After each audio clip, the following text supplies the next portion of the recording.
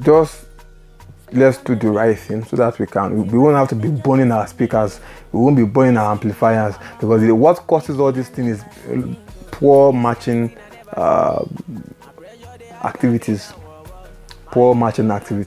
When you buy a speaker that is high, you now use an amplifier that is low. It's better to buy an amplifier that is more powerful than your speaker than to buy an amplifier that is lesser than your speaker. When it's higher, you can still bring down the gain on the amplifier, the volume knob on the amplifier. So, and with that, you can apply a limiter to your console or a limiter to your speaker processor. It will help you rather than just slamming the whole thing. You know what I'm saying? Rather than just having an amplifier that is not powerful, you'll now be pushing it. You'll be pumping volume into the poor amplifier. You destroy the amplifier. You know that the amplifier you bought is not good. These are the things that really happen in real life situations. I have seen well a lot of times. You go to match. So let us stop burning speakers so that we use the expected lifespan of the speakers. Whether you are buying a brand new, or you are buying a flare used, or you're buying a Chinese speaker. I'm talking about those speakers that they give them names, you know what I'm saying? So, let me just quickly drop this one. This is really going to help you. In fact, this is the bomb. Like, this is the bomb of everything. It's my secret, but I'm giving it to you for free. What I want to talk about basically has to do with calculating the amount of watts you need per number of people that are going to be coming to your church. If you want to buy speakers, this is the best way to determine what wattage of speakers you're going to need for your auditorium. Now, this is the thing.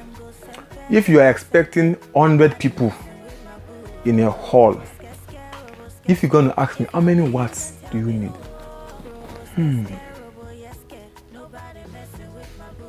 How many watts do you need for 100 people? That's basically 400 watts.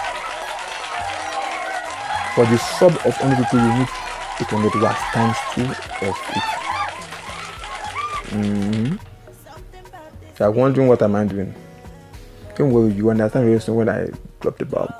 Now, if you're expecting 500 people in a place, like I'm talking about the maximum amount of people, not the minimum amount of people you're expecting. The maximum amount of people you're expecting. If there are 500, you need the least wattage you need for 500 people is 2,000 watts. 2,000 watts. You'll be like, it's too much. That we use 1,002 for 2,000 people. That's the reason why people are always burning speakers every day, because you use a lesser watt and you'll be pumping energy. You don't understand that when you are in a hall, you don't need volume. When you go to European countries, they don't use volume. What they deal with is clarity. What they are particular about in their audio chain, in what they throw out, is not volume. They are particular about audibility. What can people hear me? Something can be extremely loud and not be audible. You get what I'm saying? So what we are talking about now is audibility. When I am running a concert in a hall that's very vibrant, you will notice that you probably might not be hearing the sound outside. For some people, from the gate you'll be hearing the sound. And what are they trying to do? They are pumping volume. Now, when they are pumping volume, they are hurting people at the front, because they are blasting them with a lot of volume. But the point is, when you use the right set of speakers, by calculating the maximum amount of people you are expecting, when you do your performance, you have the 4 set of speakers, you have them in front. Then you have a delayed stack of speakers or a delayed tower. You have that one to follow it, so that you don't push that 4th speaker to die, to burn. I know some people that their own destiny is to be burning speakers. That's their destiny. I don't know, but I know some people like that. If they rent your speakers, you should know that you should be getting money ready to buy new drivers or tweeters. It's because they overdrive, because they undercalculated a lot of things. So I'm not telling you calculation of this and that, but the thing, like I explained about the amplifier, like you understand the idea now. I'm not bothering you with terms, but making you understand it in a layman's English, in layman's language. So now, if you're expecting 1,000 people, if you're going to ask me, how did I come about that? Now, for every one person, you give them 4 watts. That is for your full range, those boxes that you will put on up like this. Now for your sub, for every person coming, you will always be the double of 4. That is 8.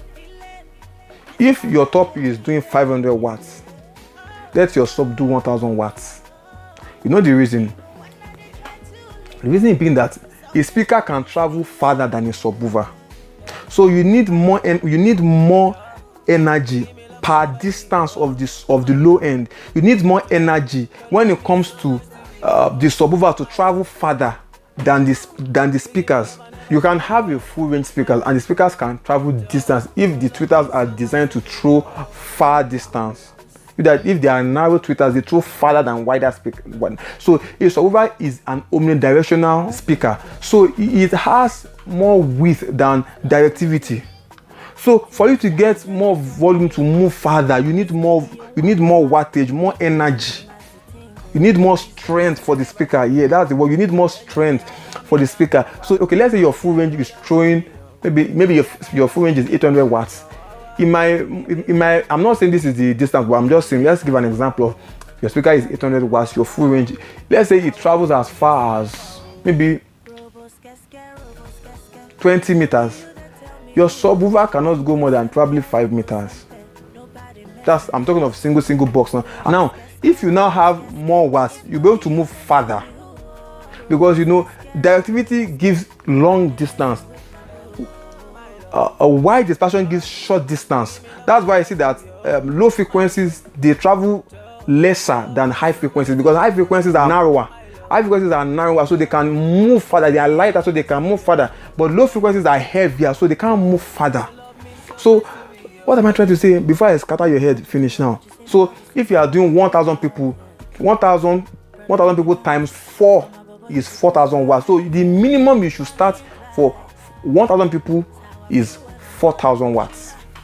You get me? If you are doing for 2000 people, 2000 times 4 is what? Do the maths. So that's just the idea.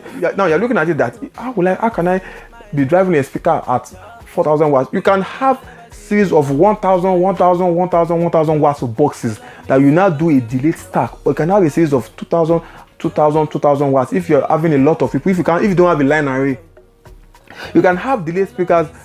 Design your system properly. That is when I come in, I can design a system for you like that. But my point here is you can do that and delay like that.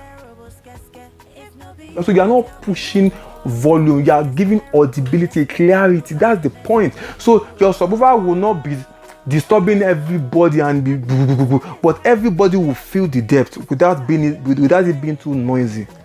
So I want us to let's do the right thing. God will help us. Stay blessed, my people. Catch ya later.